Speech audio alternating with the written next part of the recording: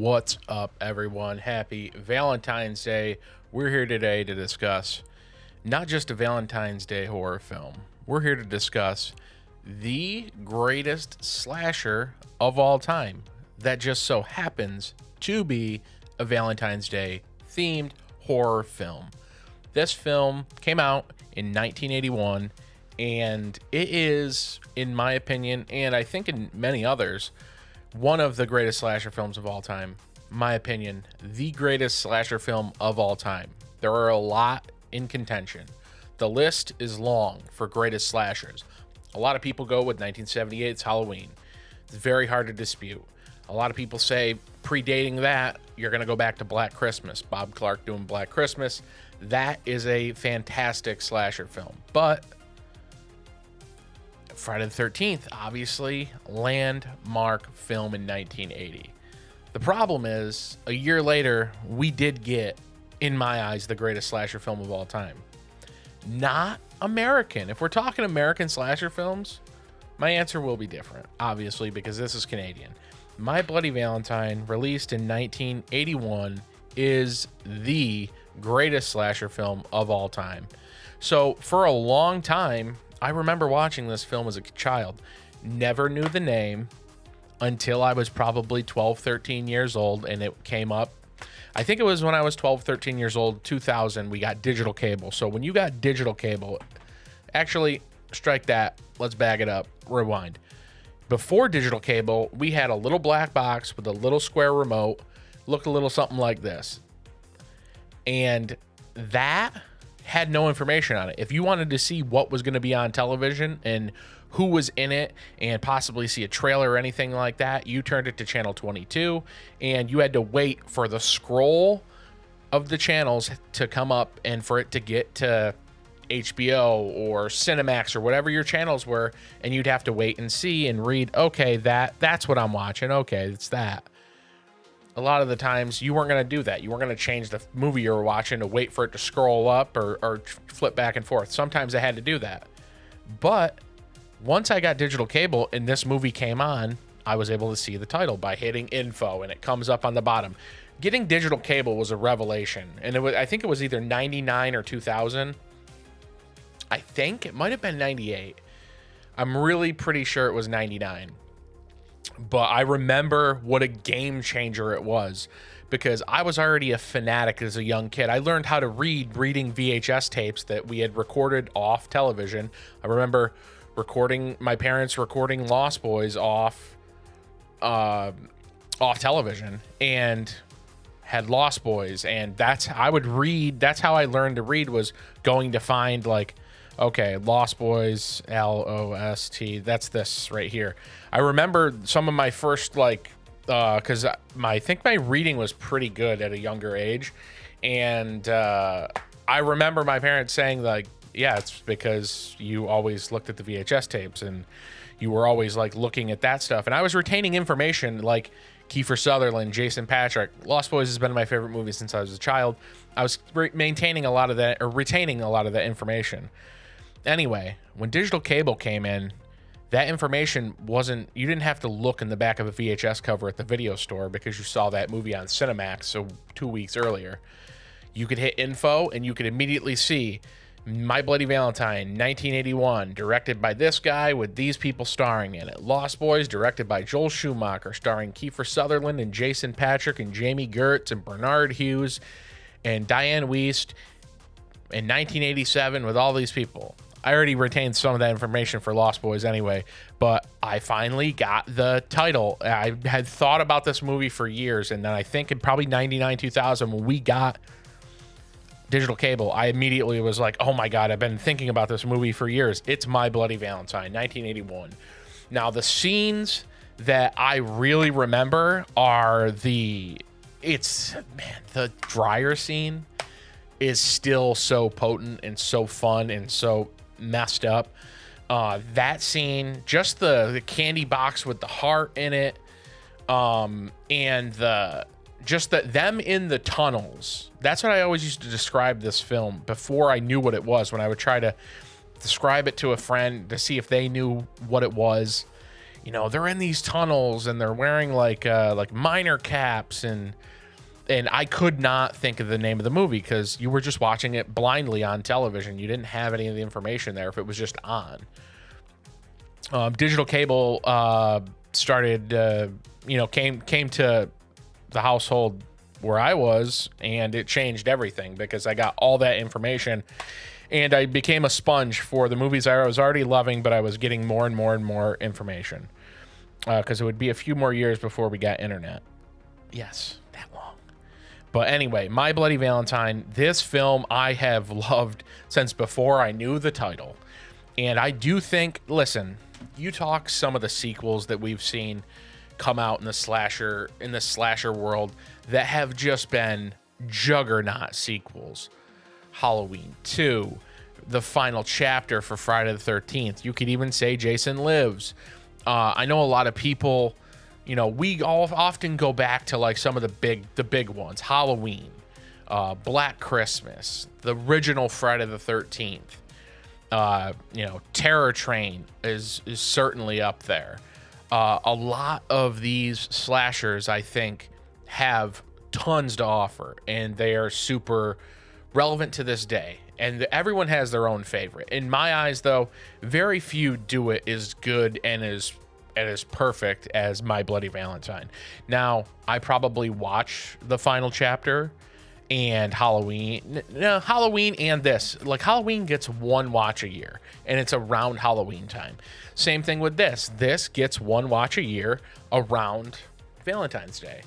And this, if anybody just, whenever I'm talking about movies, if I own them, which I most certainly, if I'm talking about it, I do, for the most part, I will always showcase what I have, because I know there might be someone that's never heard of this. You're maybe a casual fan, or you're just getting into horror, or maybe you're like me, but a little older, and you're like, hey, I remember this movie, but I don't remember the name. Well, it's My Bloody Valentine.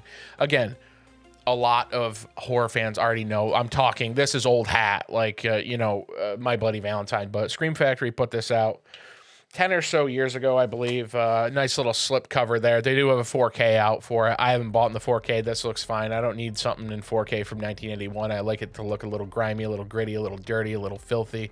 And this does it perfectly on this Blu-ray. Now, if I got the 4K, would I find something that I like and maybe just get rid of this and do that?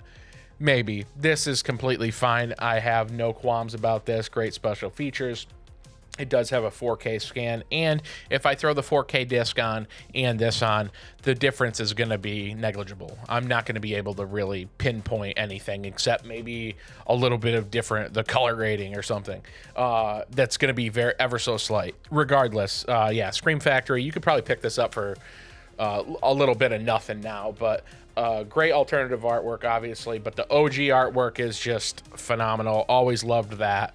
It's just a movie that I think does everything beyond well. I think they do it perfectly. The pacing and the thing that separates this film from, say, I don't know, a Final Chapter.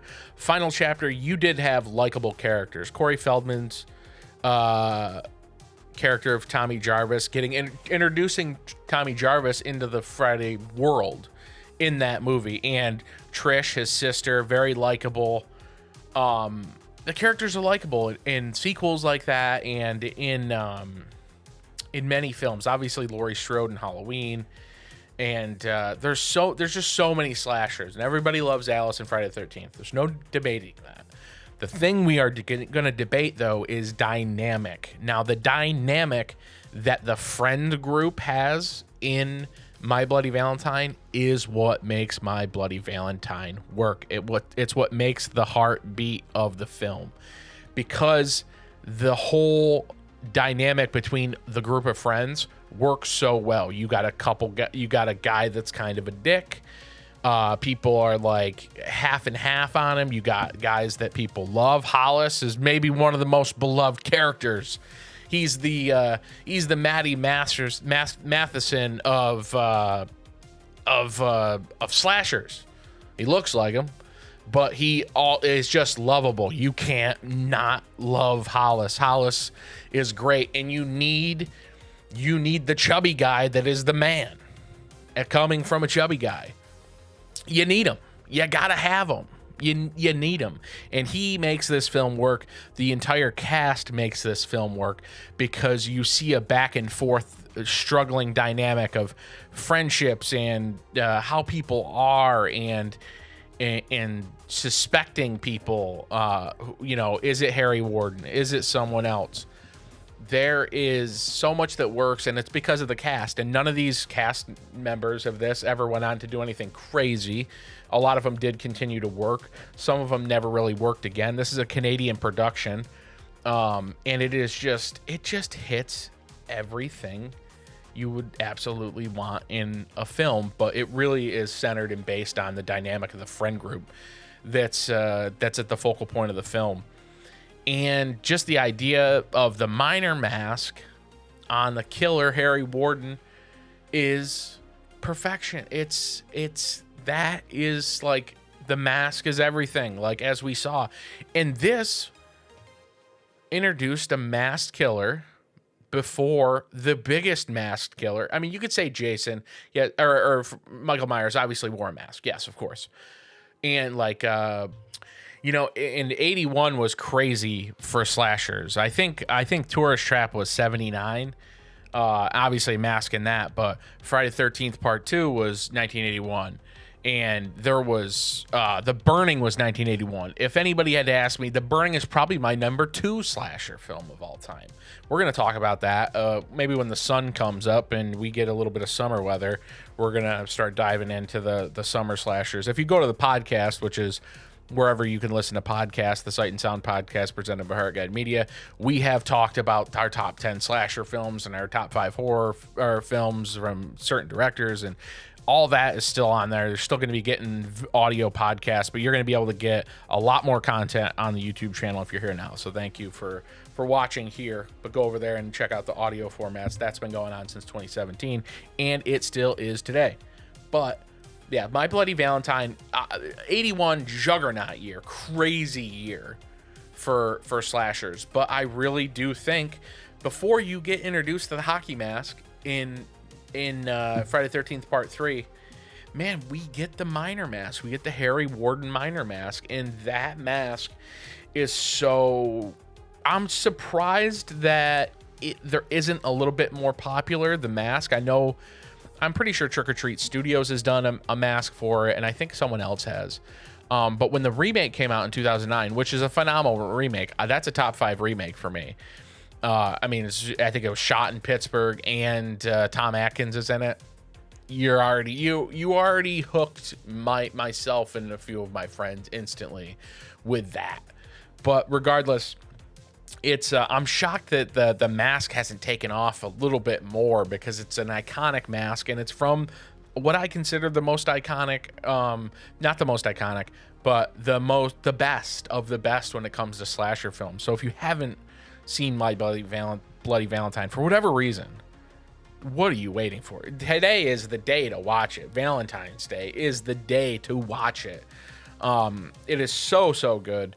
Let me know if you think this is the greatest slasher film. Comment below. Give us a like, a subscribe, hit the notifications button. But yeah, is this the greatest slasher of all time? I think it is. If it's not, it's damn close. It's damn close. And it's going to be hard to argue with someone like me who has watched it since before I knew the name of the film.